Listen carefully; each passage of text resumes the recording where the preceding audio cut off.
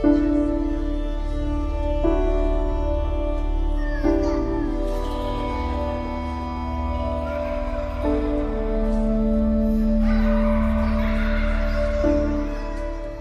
everyone, welcome back to my channel. Thank you so much for tuning in again.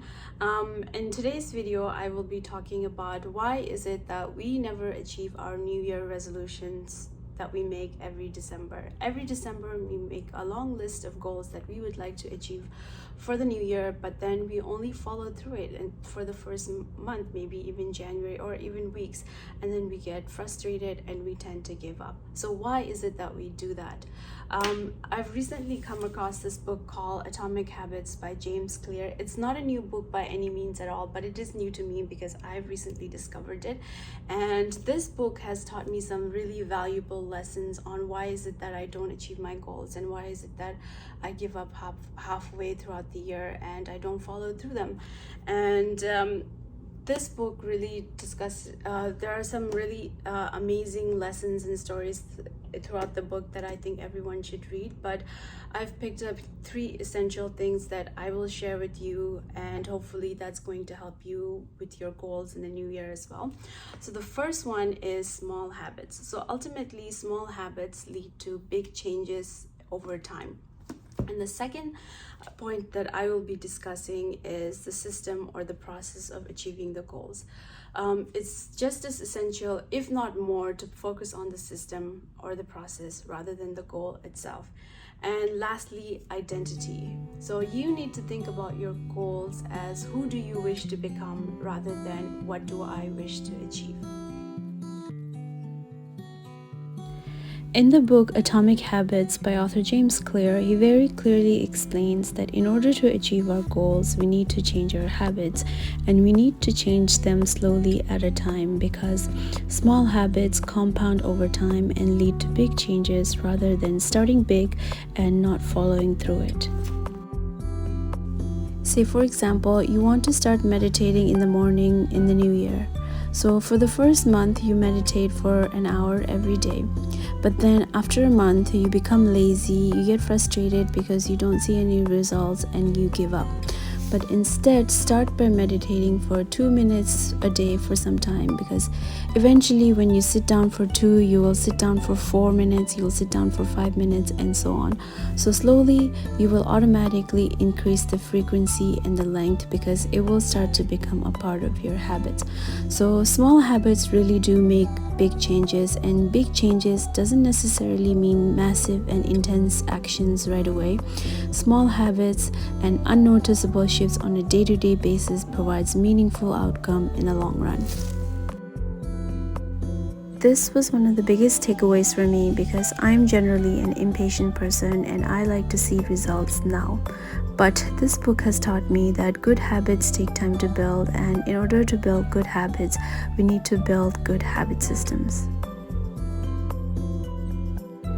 Which takes me to the next takeaway from the book on systems or process of achieving your goals.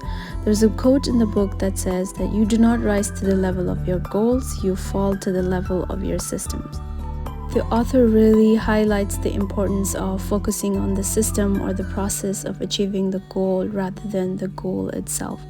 Goals can provide you and even push you forward in the short term, but eventually a well-designed system is what will make you win. Committing to the process is what makes the difference. There's an example in the book that goes that imagine you have a messy room and you set a goal to clean it. So you summon all the energy to tidy up, and then you have a clean room for now. But if you maintain the same sloppy pack rat habits that led to the messy room in the first place, soon you will be looking at a new pile of clutter and hoping for another burst of motivation. You're now left chasing the same outcome because you never changed the system behind it. You treated the symptom without ever addressing the cause. Instead of chasing the outcome, work on addressing the root cause. In this case, work on building a system where you place things in the room neatly in its place, which will avoid clutter to begin with. The third important factor that is discussed in the book is that the best way of building a habit is making it a part of your identity. Focus on who you wish to become versus what you want to achieve and make that a part of your identity. For example, tell yourself that I am a healthy person, therefore I do not indulge in junk food. I only eat wholesome food, exercise regularly, and live a healthy lifestyle. Tell yourself that I am a reader, therefore I embody the habits of a reader by reading every day, even if it's just for 5 minutes a day. You really need to make it a part of your identity and tell yourself that this is what I do. Say that I am an early riser and therefore I wake up every day at 5 a.m. and set my alarm clock for that. Becoming a better version of yourselves require you to edit and modify your current beliefs and expand your identity. That you will need to let go of self-limiting identities that you have of yourself right now while working on adopting some new ones. Whatever identity you have of yourself right now, you identify with this because you have evidence that these habits are a part of you. Like an identity that you do not exercise. You have evidence that you don't work out at all and therefore you identify with this. But slowly, when you pick up habits of exercise, you adopt them as a part of your identity. Each habit is a suggestion of the type of person you are becoming. Say, if I go to the gym, I am the type of person that works out. If I say no to junk food, I am a type of person who eats healthy. Every small action that you take is a vote for the type of person you are becoming.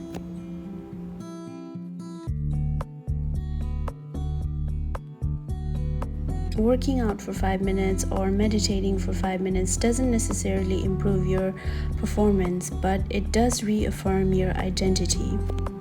Therefore, every little choice that you make, it becomes a part of who you are. And that brings me to the end of this video. I do hope that everything that I did share in the video, that you found it useful and helps you in achieving your goals in the new year.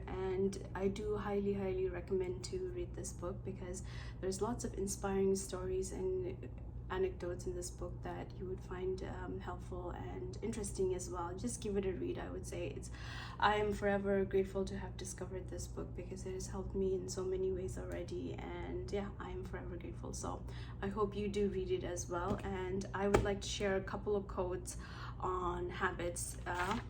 First quote is from this book by the author James Clear. So it goes, "Success is the product of daily habits, not once in a lifetime transformation."